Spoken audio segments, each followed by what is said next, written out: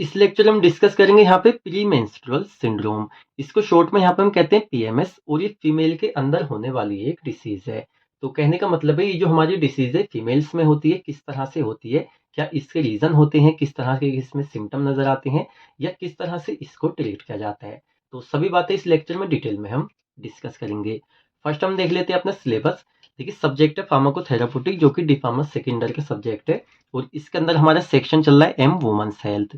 तो इसमें हम क्या करें, उन डिसीज को हम डिस्कस करें जो कि फीमेल्स के अंदर होती हैं। और मेनली क्या होता है, जो फीमेल्स में पीरियड्स होते हैं, मेंस्ट्रुअल साइकिल होती है, उसी से रिलेटेड हमारी तीनों ये डिसीज हैं।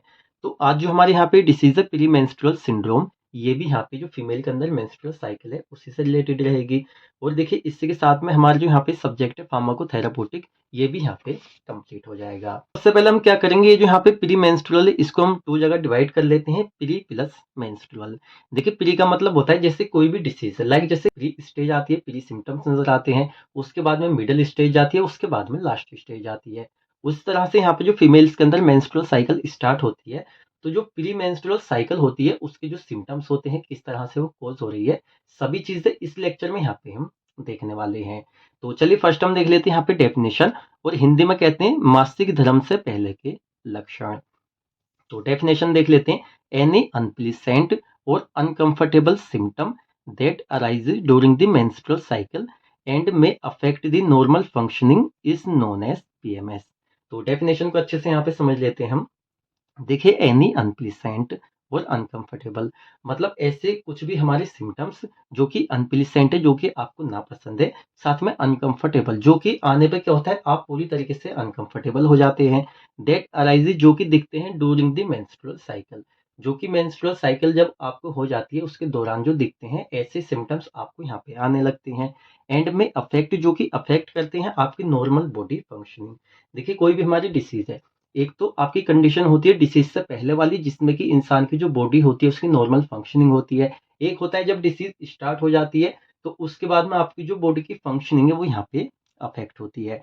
उस तरह से जो हमारे सिम्टम है क्या कर रहे हैं, आपकी बॉडी को अफेक्ट कर रहे हैं, इज नोन एज पीएमएस। इसी को यहाँ पे हम कहते हैं पीएमएस, प्री मेंस्ट्रुअल सिंड्रोम, जो कि एक फीमेल के अंदर की पूरी ये कंडीशन है। तो आई थिंक आपको पूरी डेफिनेशन अच्छे से यहाँ पे समझ में आई होगी। अब चलिए नेक्स्ट हम देख लेते हैं इसकी इटियोलॉजी। देखिए इटियोलॉजी में सीधा हम समझ सकते हैं क्या इसके यहाँ पे कारण है, क्या रीजन है जिसकी वजह से ये जो हमारी प्री मेंस्ट्रुअल सिंड्रोम है यहाँ पे ये हो रहा है। तो देख लेते हैं। देखिए इसमें पहले हम इसको समझ लेते हैं, chemical changes in the brain. देखिए क्या होता है, हमारी जो डिसीज है हार्मोनल चेंजेस होने से हमारी ये होती है, अल्ट्रेशन वगैरह होने से।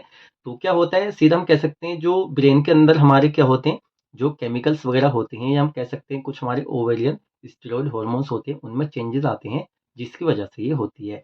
तो फर्स्ट तो यहाँ पे इसका रीजन हो जाता है chemical changes in the brain, brain chemistry में यहाँ पे चेंजेस आते हैं। साथ में लेक ऑफ स्लीप, यहाँ पे कम सोने की वजह से हो सकता है। साथ में डिप्रेशन। देखिए डिप्रेशन क्या होता है, ये एक मेन कारण होता है जिसमें क्या होता है सेरोटोनिन वगैरह का हमारे यहाँ पे मेन रोल होता है, तो इससे यहाँ पे ये हो सकता है। साथ में यहाँ पे एक्सेसिव कंजप्शन ऑफ एल्कोहल। अब यहाँ पे फीमेल की डिसीज है, तो फीमेल के यहाँ पे क्या है कि एल्कोहल के ज़्यादा कंजप्शन से बहुत सारी ऐसी मतलब क्या होती है फीमेल्स होती हैं जो एल्कोहल लेती हैं, ड्रिंक करती हैं। साथ ही में सोल्ट, आप क्या कर रहे हैं डाइट में, मतलब खाने में क्या सोल्ट आप ज़्यादा ले रहे हैं, या रेड मीट ले रही हैं जो यहाँ पे गर्ल्स है, या शुगर ले रही हैं, तो ये इनका कंजप्शन अगर हिसाब से ज़्यादा हो रहा है बॉडी में, तो उस वो भी एक रीज़न यहाँ पे हो सकता है प्री मेंस्ट्रुअल सिंड्रोम का। ये हो गया। नेक्स्ट यहाँ पे इनएक्टिविटी, मतलब आप बहुत ही मतलब एक्टिव नहीं रहते, बहुत ही ज़्यादा इनएक्टिव रहते हैं। अब जब जब भी हम यहाँ पे कह रहे हैं आप, तो आप सीधा समझिए फीमेल की बात कर रहे हैं, कभी आप सोचा आपको हम कह रहे हैं। नेक्स्ट है यहाँ पे साइक्लिक चेंजेस इन हॉर्मोन्स। तो क्या होता है, जो फीमेल की बात कर रहे हैं तो फीमेल के अंदर जो हॉर्मोन्स होते हैं उनमें क्या होता है, उनमें साइक्लिक चेंजेस आने लगते हैं, जिसकी वजह से ये यहाँ पे हो सकता है।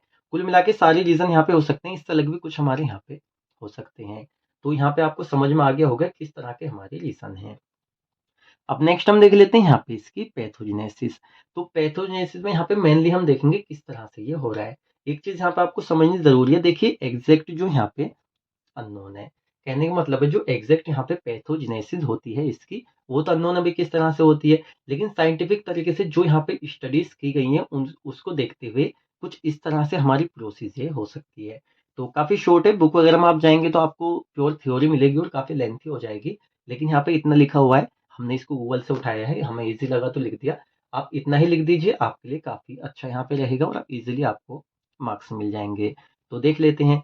देखिए यहाँ पे हम कह सकते हैं कोई भी हमारे यहाँ पे इटियोलॉजिकल फैक्टर रहे वो हमारे यहाँ पे नीचे आ जाएँगे, या जैसे हम यहाँ पे देख सकते हैं changes in ovarian steroid hormone. तो क्या होता है फीमेल के अंदर जो स्टेरॉइड हार्मोन होते हैं, जो हमारे ओवेरियन वाले होते हैं, अगर उनमें यहाँ पे चेंजेस आता है तो उसकी वजह से क्या होता है यहाँ पे अल्टरेशन इन न्यूरोट्रांसमीटर। जो न्यूरोट्रांसमीटर होते हैं उनका अल्टरेशन होने लगता है, उसमें चेंजेस यहाँ पे हम कह सकते हैं बदलाव एक तरह से चेंजेस होने लगता है। एज जैसे यहाँ पे सेरोटोनिन हो गया, गाबा हो गया।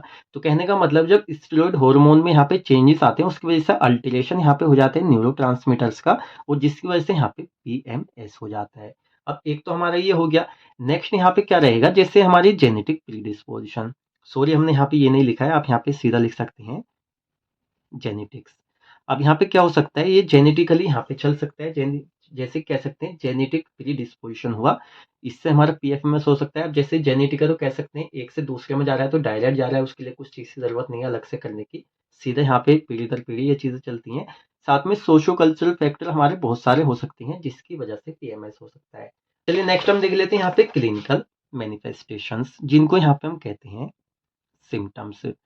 तो देखिए क्लिनिकल मैनिफेस्टेशंस क्या-क्या सिम्पटम नज़र आते हैं जो यहाँ पे ये कंडीशन होती है। फर्स्ट यहाँ पे हेडेक। देखिए हेडेक तो यहाँ पे होता ही होता है। नेक्स्ट है यहाँ पे मसल्स स्पाज़्म। कहने का मतलब जो मसल्स हैं उनमें ऐंठन आने लगती है। साथ में डिप्रेशन, एंग्ज़ायटी। देखिए एंग्ज़ायटी तो बहुत ही ज़्यादा कॉमन है। जब फीमेल के अंदर ये वाली कंडीशन आती है तो ऑटोमैटिकली क्या होता है, एंग्ज़ायटी वहाँ पे स्टार्ट हो जाती है। इरिटेबिलिटी भी यहाँ पे हो सकती है। ब्लोटिंग हो सकती है, सूजन आ सकती है बॉडी पे। साथ में स्किन प्रॉब्लम जैसे क्या है, इस टाइम पे जब यहाँ पे प्री मेंस्ट्रुअल सिंड्रोम हो रहा है तो स्किन पे एक्ने आपको हो सकती हैं। साथ में यहाँ पे फेंटिंग कह सकते हैं, यहाँ पे बेहोशी वगैरह की भी कंडीशन आ सकती है। तो कुल मिला के सारे सिम्पटम नज़र आते हैं प्री मेंस्ट्रुअल सिंड्रोम में। अब नेक्स्ट हम देख लेते हैं नॉन फार्माकोलॉजिकल मैनेजमेंट। देखिए इसको देखने से पहले हम आपको बता दें, जैसे हमने यहाँ पे आपको बताया था इसकी इटियोलॉजी में। जैसे वाला पॉइंट देखिए, excessive consumption of alcohol. Alcohol हो गया, सोल्ट हो गया, रेड मीट हो गया, शुगर हो गया। तो ये सब क्या हमारी डाइट है, जिसकी ज़्यादा लेने से मतलब डाइट में इन चीज़ों को हम ज़्यादा ले रहे हैं जिससे ये मतलब कॉज़ हो रहा है, इसका रीज़न है। तो सबसे पहले इसको बिना दवाई के मैनेज करने का सीधा मतलब है कि हमारी जो डाइट है उसमें हम चेंज लाएँ। इन सब चीज़ों को लिमिटेड हम लें। साथ में चेंजेस इन लाइफ़स्टाइल, भाई लाइफ़स्टाइल में अपने चेंजेस लाएँ जिससे हम इसको मैनेज कर सकें। साथ में रेस्ट एंड स्लीप मोर। देखिए सबसे मेन चीज़ क्या होती है, ये जो पीरियड्स वाली कंडीशन होती है, प्री मेंस्ट्रुअल साइकिल हो या कोई भी हमारी अदर हो, तो सबसे पहले कि रेस्ट कीजिए, आराम कीजिए और स्लीप को ज़्यादा से ज़्यादा लीजिए, क्योंकि नींद की कमी से भी ये चीज़ हो सकती है। साथ में एक्सरसाइज तो मेन होती है।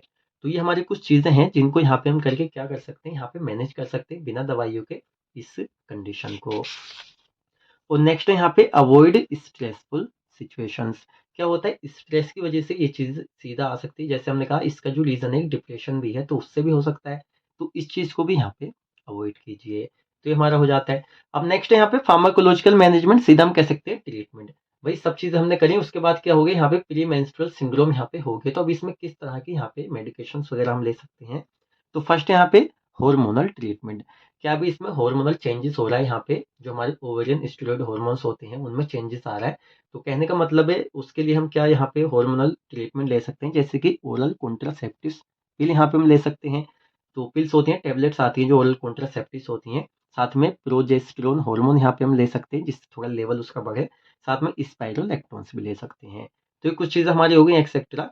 कुछ हम मेडिकेशंस ले सकते हैं जैसे कि यहाँ पे लिखी हुई हैं। अब देखिए एमजी के हिसाब से ओडी ले सकते हैं, इस तरह से यहाँ पे लगी हुई है। 20 एमजी या 20 से 30 एमजी ओडी। ओडी का मतलब है दिन में एक बार। तो ये हम कुछ यहाँ पे ले सकते हैं। कहने का मतलब है ट्रीटमेंट में इतनी सारी मेडिकेशंस यहाँ पे हम ले सकते हैं। तो इससे के साथ में हमारी डिसीज यहाँ पे कंप्लीट हो जाती है, और यहाँ पे आप यहाँ पे देख सकते हैं जो आपका सब्जेक्ट है फार्माकोथेराप्यूटिक्स, ये भी कंप्लीट हो जाता है। तो देखिए यहाँ पे कुछ चीज़ आपको समझनी होंगी, जैसे कि अगर आपको पूरे फार्माकोथेराप्यूटिक के लेक्चर देखने हैं, सीधा आप चैनल पे जाके आप मेन चैनल पे क्या करेंगे, वहाँ पे उसको क्लिक करेंगे, ओपन हो जाएगा। अंदर से वहाँ पे आपको जो होम पेज होता है या प्लेलिस्ट वगैरह होती है, वहाँ पे आप जाएँगे। प्लेलिस्ट पे आप क्लिक करेंगे, यहाँ पे pharmacotherapeutic D pharma second year total जो लेक्चर है आपके फर्स्ट यूनिट से लेके यहाँ पे लास्ट तक टोटल आपको शो हो जाएँगे। तो लेक्चर वाइज़ आप यहाँ पे स्टडी कीजिए।